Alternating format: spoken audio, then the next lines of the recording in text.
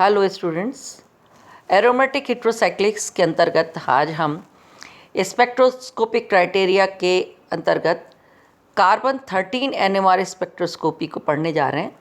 कि अभी तक हम जितने भी पढ़ाते हैं एक C13 स्पेक्ट्रोस्कोपी केवल कार्बन के कारण, अभी तक हम प्रोटॉन PMR पढ़ रहे थे जिसको हम NMR या PMR भी कह देते, पर C13 NMR स्पेक्ट्रोस्कोपी अलग होती है। इसमें हम कार्बन का आइसोटोपिक फॉर्म में लेकर उसका हम NMR करते हैं। तो क्या हम इसकी सहायता से भी एरोमेटिक हेट्रोसाइक्लिक के कैरेक्टरिस्टिक्स को हम अध्ययन कर सकते हैं? तो वही हम पढ़ने जा रहे हैं। द एरोमेटिक कैरेक्टर और aromaticity in heterocyclic compound can also B assessed using C13 NMR spectrum. हम इनकी एरोमेटिसिटी के बारे में भी C13 NMR स्पेक्ट्रम लेकर भी कर सकते हैं। क्या रिलेशन है कि अगर कंपाउंड सिंपल है, उसमें कोई हेट्रो एटम नहीं है, तब उसका C13 स्पेक्ट्रम क्या होगा, और अगर कार्बन के साथ कोई नाइट्रोजन या हेट्रो एटम प्रेजेंट है, 1 2 3 बढ़ते जाते हैं, तो क्या उसका C13 NMR स्पेक्ट्रम पर प्रभाव पड़ेगा, वो हम देखें। A correlation exist between a pi electron density in these compound and the C13 chemical shift value.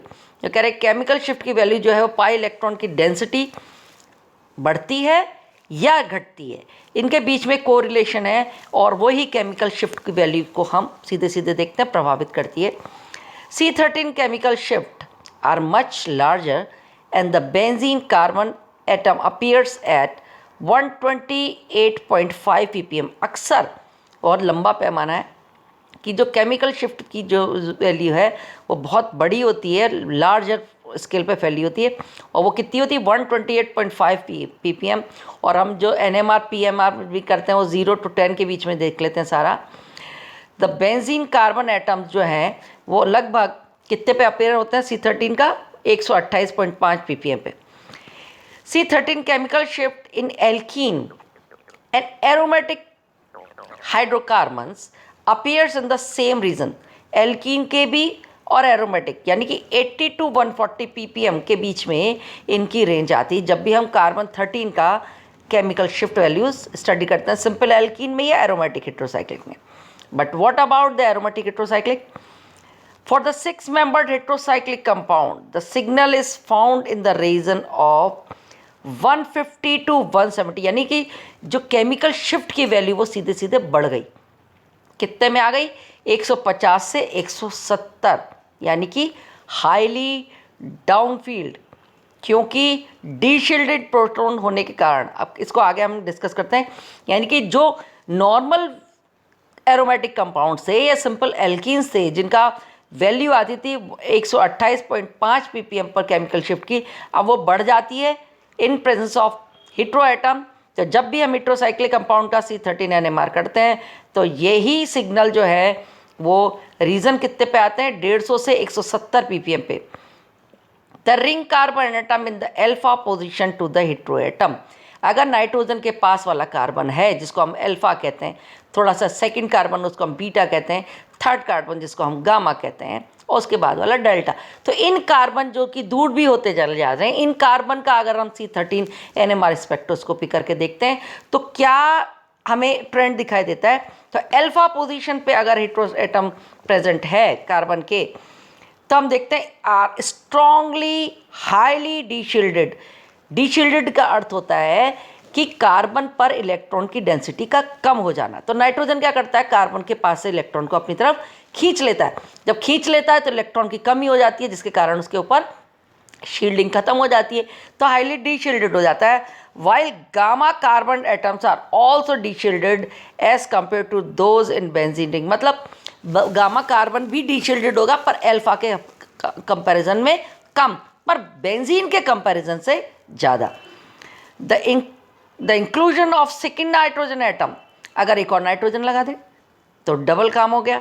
The benzene ring causes additional deshielding in the benzene ring and the effect in the beta carbon is of roughly 3 ppm। यानी कह रहे हैं अगर alpha पे जितनी भी डीशिल्डिंग है उसका बीटा कार्बन पे लगभग 3 ppm के अंदर जो है वो डीशिल्डिंग की बढ़ोतरी देखी जाती है। Next is in the 5 membered heterocyclic compound carbon 13 NMR spectroscopy का हम जो सिग्नल जो है वो appears eight more shielded position, that is 100 to 150 ppm। 5 mm heterocyclic compound का जो C13 का सिग्नल आता है वो 100 से 150 के बीच में आता है।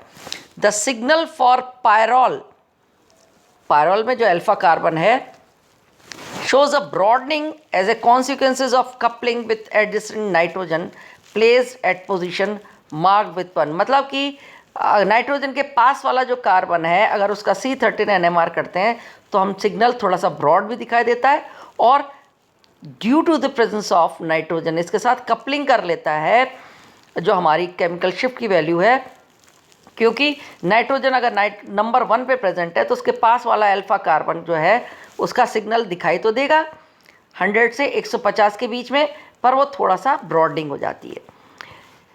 The chemical shift values for beta carbon shows a shift to the lower field, again lower field की तरफ जाएगा, डाउन फील्ड की तरफ जाएगा with increasing electronegativity of the heteroatom. अगर हम नाइट्रोजन की जगह सल्फर या ऑक्सीजन इसको हम चेंज करते जाएं तो हम देखते हैं डाउन फील्ड कैपेसिटी और बढ़ जाती है। जैसे जैसे इलेक्ट्रोनेगेटिविटी बढ़ेगी कार्बन पे इलेक्ट्रॉन की डेंसिटी कम होगी, इलेक्ट्रॉन की शील्डिंग कम होगी और हमारा सिग्नल हाईली डीशील्डेड दिखाई देगा। तो कार्बन 13 का सिग्नल भी हमें हेट्रोसाइक्लिक के अंदर एक टिपिकल ट्रेंड बताता है कि सिंपल बेंजीन की अपेक्षा हमारे सिग्नल जितने भी हैं हेट्रोसाइक्लिक एरोमेटिक कंपाउंड में हाईली डीशील्डेड जाते हैं, लगभग 100 से 150 या 150 से 170 के बीच में।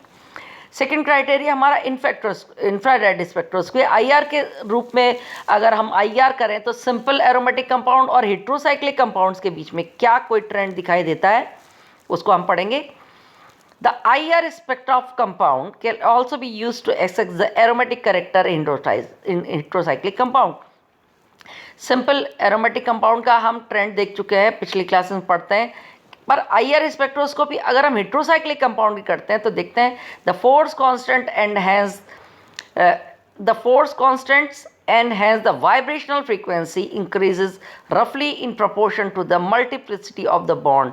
मतलब कहते हैं कि वाइब्रेशन फ्रीक्वेंसी किस पर डिपेंड करती है, फोर्स कांस्टेंट पे, और साथ ही में ये फोर्स कांस्टेंट जो है इंक्रीजेज रफली बढ़ता है किसके साथ साथ, जब भी हम बॉन्ड की मल्टीप्लिसिटी बढ़ाते हैं बॉन्ड की, यानी सिंगल से डबल, डबल से ट्रिपल, मल्टीप्लिसिटी बढ़ गई, वाइब्रेशनल फ्रीक्वेंसी बढ़ेगी, फोर्स कांस्टेंट भी बढ़ेगा, that is the bond order बढ़ेगा, and thus a relation exist between the vibrational frequency with the bond strength. यानी बॉन्ड स्ट्रेंथ जितना होगा वाइब्रेशन फ्रीक्वेंसी भी उसकी उतनी अधिक होगी। Force constant shows increment as a bond energy increases and bond length decreases. Force constant कब बढ़ता है, जब बॉन्ड की एनर्जी बढ़ेगी, यानी कि बॉन्ड की लेंथ डिक्रीज होगी, and thus vibrational frequency of CC single bond should increase if the CC single bond gets partial double bond character by conjugation, and similarly decreases if C double bond C gets partial single bond character। मैंने अभी बताया force constant बढ़ेगा, vibration frequency बढ़ेगी, vibration frequency बढ़ेगी, bond strength बढ़ेगी, और bond strength के साथ साथ हम देखते हैं मल्टीप्लिसिटी सीधे सीधे रिलेटेड है। फोर्स कांस्टेंट शोज इंक्रीमेंट, जब बॉन्ड एनर्जी बढ़ेगी तो बॉन्ड लेंथ घटेगी, यानी सिंगल बॉन्ड में अगर डबल बॉन्ड करेक्टर आ गया यानी कि रेजोनेंस हुआ, तो सिंगल बॉन्ड में डबल बॉन्ड का करेक्टर आने के कारण ये इंक्रीमेंट दिखाता है वाइब्रेशन फ्रीक्वेंसीज में, और डिक्रीज कब बताएगा, जब डबल बॉन्ड से वो पार्शियल सिंगल बॉन्ड के अंदर दिखाई दे। तो इसकी हम मोनो सब्सटीट्यूटेड बेंजीन के स्ट्रेचिंग वाइब्रेशंस हम देख रहे हैं। देखो वाइब्रेशनल फ्रीक्वेंसी अलग अलग दे रखी हैं, और साथ ही में हम देखते हैं अगर हम पिरिडीन लें या पिरिमिडीन लें, ये दोनों के दोनों हेट्रोसाइक्लिक कंपाउंड है, तो इनके अंदर एक सिंपल बेंजीन रिंग और इनके अंदर वाइब्रेशन फ्रीक्वेंसीज के अंदर हम देखते हैं अगर डबल बॉन्ड सिंगल बॉन्ड में और single bond double bond character के अंदर रेजोनेट कर रहा है, या कहना चाहिए इसके अंदर रेजोनेंस हो रहा है, तो वाइब्रेशनल फ्रीक्वेंसीज में सीधे सीधे चेंज आ जाता है। तो इस तरीके से हम हेट्रोसाइक्लिक कंपाउंड के अंदर भी इस ट्रेंड को हम नोट कर सकते हैं।